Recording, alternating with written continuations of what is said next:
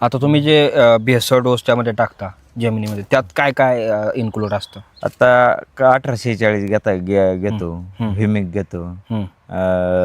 एक कॅल्शियम घेतो. म्हणजे असे 2-4 आयटम घ्यायचे हं. आणि मिक्स करून त्याच्यात द्यायचे टाकून सुपर. गोमूत्र वगैरे पण असतं का यामध्ये काय? गोमूत्र नाही टाकत, पण आपलं शेणखत शेण. भरपूर असतं कुजलेलं. आता ते तुम्ही बेड लावून घेता, त्याची जाडी काय असते अंदाजे? जाडी 3.5 फुटाची रुंदी धरावं लागते. हं. तेव्हा 4 फुटाचा कागद त्याच्यावर बसला जातो. बरं. मग ते रोपं तुम्ही जे लावता असं त्याचं अंतर काय ठेवता? 2.5 फूट. आता त्या बेडवरच्या रोपाचं 2.5 फुटाचं अंतर हां असतं. हां. बरं.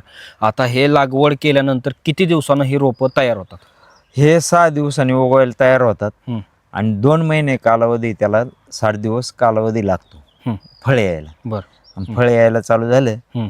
की मग पुढं चालवणे आपल्या औषध पाणी व्यवस्थित केली, फवारणी वगैरे, तर हं. ते 3 महिने चालतं. हं. काही वेळेस 2 महिन्यात आवरतं. हं. मग आपल्या चालवणे ते. बरं.